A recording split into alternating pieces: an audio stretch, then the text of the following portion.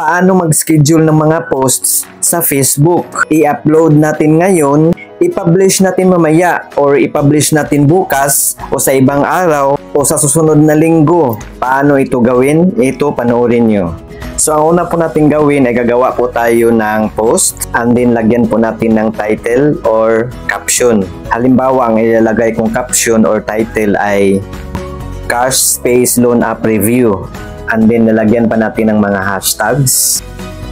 And then, mamimili na po tayo ng video or picture na ating i-upload. At ayan po, pwede rin po tayong mag-upload ng maraming video dito guys at maraming picture. Pagkatapos niyan, i-click natin itong next. And then, i-click natin itong scheduling options.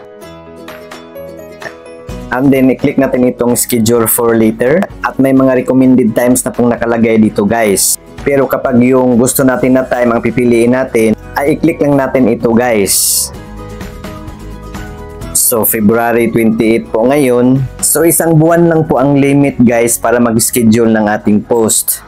Ayan po, hanggang March 28 lang po. So, halimbawa, ang ilagay ko pong pitsa para ma-publish ito ay sa March 5. So, i-click lang natin itong may arrow dito sa kanan at kaliwa para makapagpili po tayo ng buwan. And then, mamimili na po tayo ng pitsa dito sa baba. So, ang pinili ko po ay March 5. And then, pindutin natin itong OK.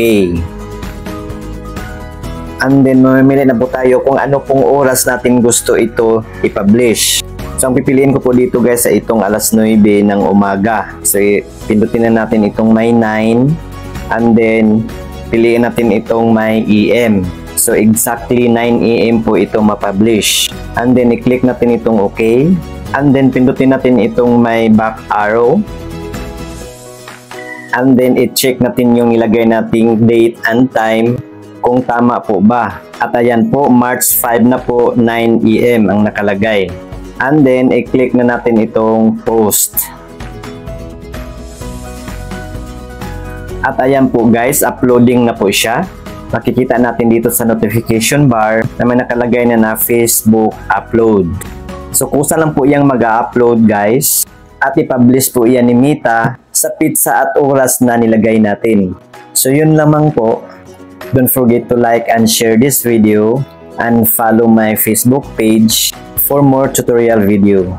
Thank you and God bless.